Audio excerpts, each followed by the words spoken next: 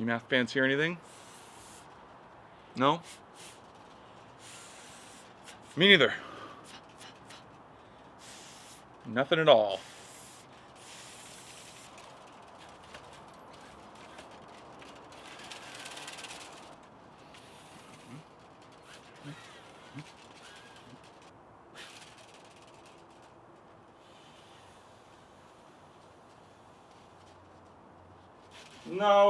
No. Cut the tape. Cut the tape. Hi, I'm Mr. French, owner, operator, president, and CEO of Math Inc. I apologize for the pun that was made in the previous segment. The pun was going for the idea that the rake had an F on it and it was being shunned, otherwise known as a frake shun. This video in particular deals with fractions. We apologize for that pun. It's never going to happen again. The video is specifically going to be about multiplication of fractions. Did somebody say multiplication? Oh, come on!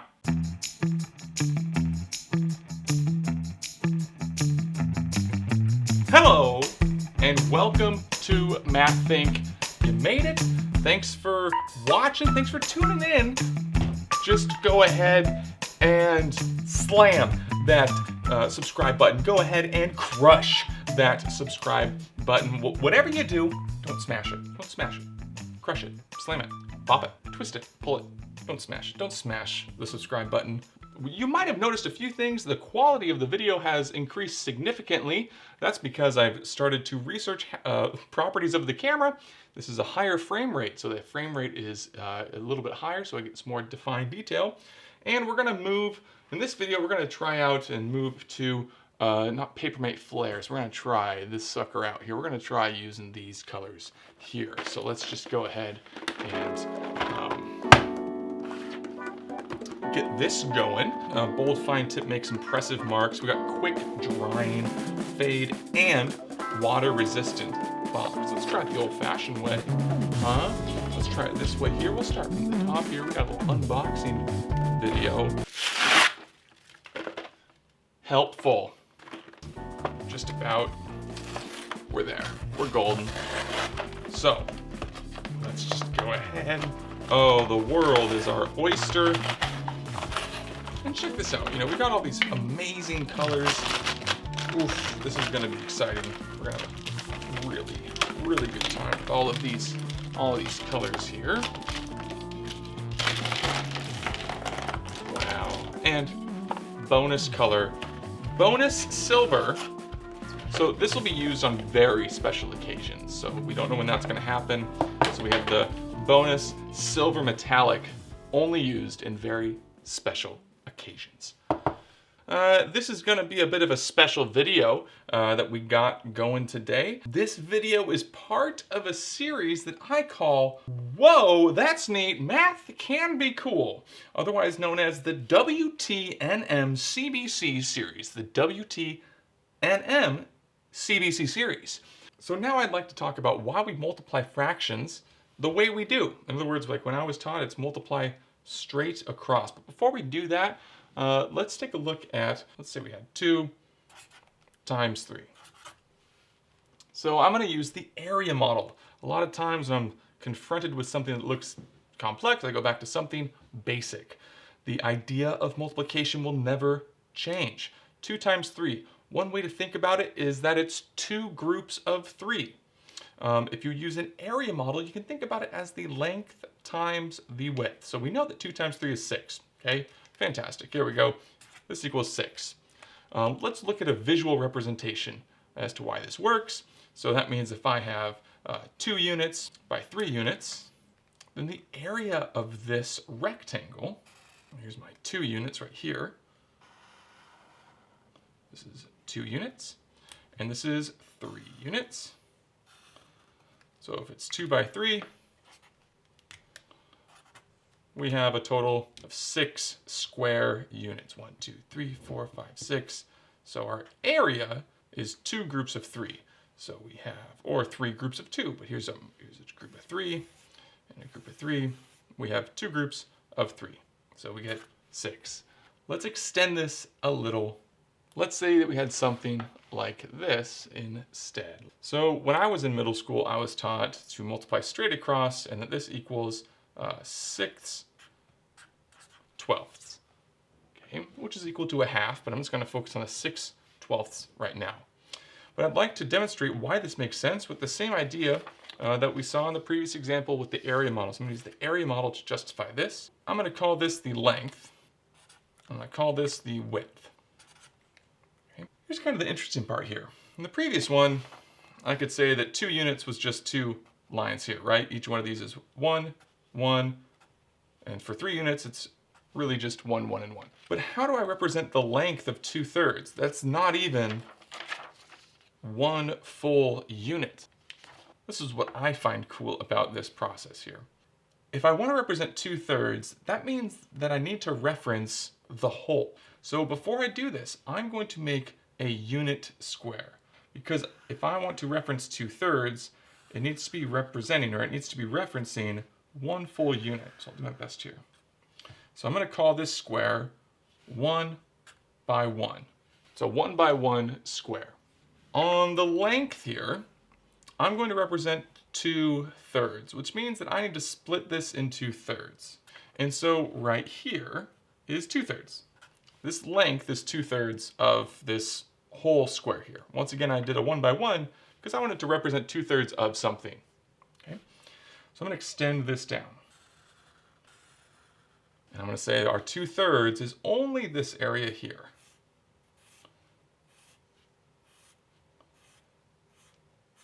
So there's 2/3. Now I'm going to take a look at 3/4 on the width. So if I'm looking at 3/4, this is 1 unit over here. So I'm going to split this into fourths. So 1, 2, 3, 4. And 3/4 I can consider as the first 3 tick marks here. This is 3/4. So if I extend this all the way out, 3/4 of this length here is this area.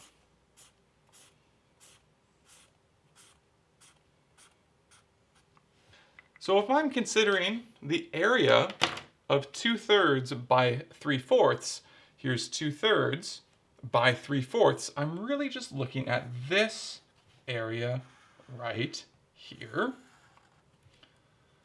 And for those folks that are referencing what we already know the solution to be, you might see where the 6 is coming from. So the overlap, the 2/3 by 3/4, the reason I'm not considering this right now is because that's not part of this area, right? This length times this width. If I went all the way over, then that would be too much. That'd be 3/3 times 3/4, but we want 2/3 of that.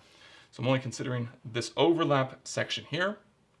And so the 6 comes from, you probably guessed it, 1, 2, 3, 4, 5, 6. There's 6 little sections in this overlap. So we have our 6. But then where does the 12 come from? Well, notice what we did to our unit square. We broke it up into thirds on the length.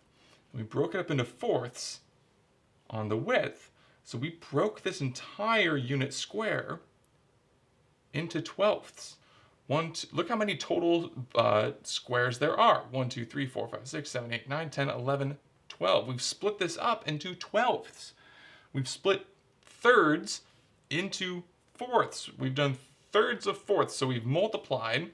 We've split the unit square up into 3 groups of 4 because of our denominator. That's just how it was telling us to break these units up. So we use that as our denominator. This is 6 twelfths of the entire unit square, which is actually equal to a half. And you can justify that as well, right? 1, 2, 3, 4, 5, 6. And notice how many we didn't count. 1, 2, 3, 4, 5, 6. So it is half of this area of our unit square. And I just kind of find that cool. Whoa, that's neat. Math can be cool. Let's take a look at another quick example to press it. And oh, hello. How's it going? Let's take a look at another example. I'm going to be looking at, let's say, I'm going to go 3/8 times 5 sixths. Ooh. If we were to do it the old-fashioned way, the way that I was taught in school, we'd say this is 15, and then we would do 8 times 6, which is 48. If we were to reduce this, it is, looks like 5/16. The first one we'll be looking at is where the 15 and the 48 come from. Once again, this came from multiplying straight across. All right, so I'll do the same type of thing here. Let's just investigate. This will be the length and the width. So once again, I'm going to start with, well, if it's 3/8, I'm going to say that it's 3/8 of 1. So I'm going to start first with a 1 by 1 square. So this is an area of 1. It's 1 by 1. So it's 1 square unit. So if I want to represent 3/8, what I'm going to have to do is show 3/8 of 1. So this distance here is 1. So 3/8 would look something like this. So there's 8, 1, 2, 3, 4, 5, 6, 7, 8. So 3/8 is right here.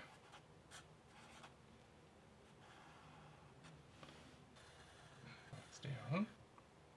This is not drawn to scale. Pardon me. Still get the general idea. Cool. So I've split it up into 8s. This is the first 3 that I'm going to be looking at. And I'll just kind of shade these again. Cool. There's 3/8 of a whole. And then I'll do the 5/6. So 5/6. So I can break it up into 3. And then into 2s. Okay. So 5/6. 5/6 of a whole. 1, 2, 3, 4, 5 right here. There's your 5/6, not all the way to the end. And so I'll go out here. Once again, this is not drawn to scale. I try my best here at Math Think. We try our best to make it to scale, but we also are reasonable individuals. So 5/6 is this here.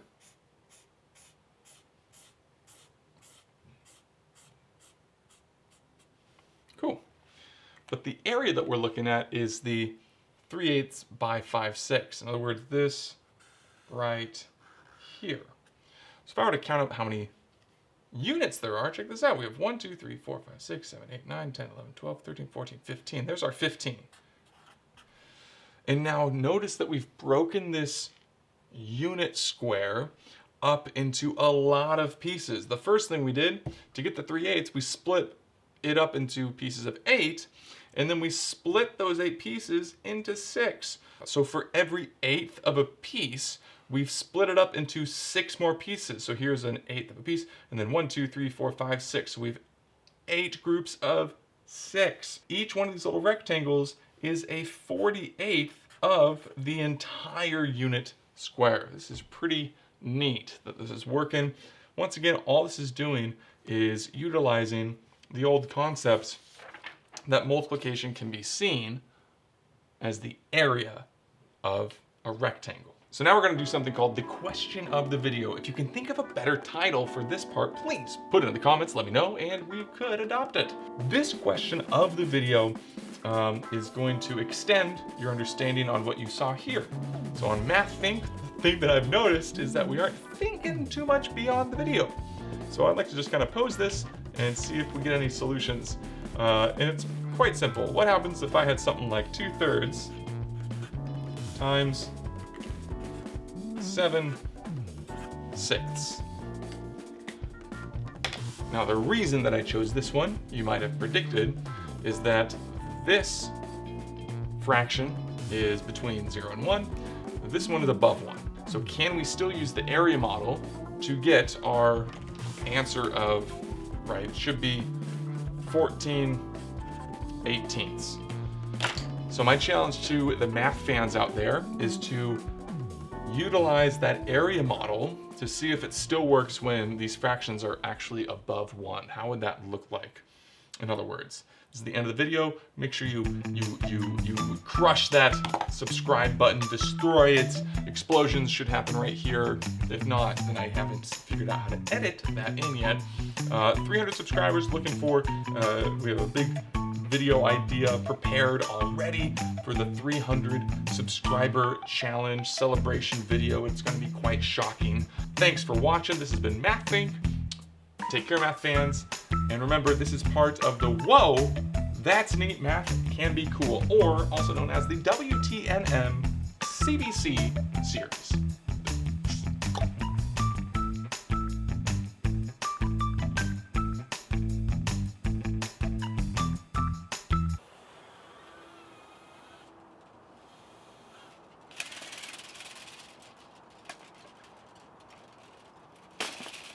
Well, okay, all right, okay.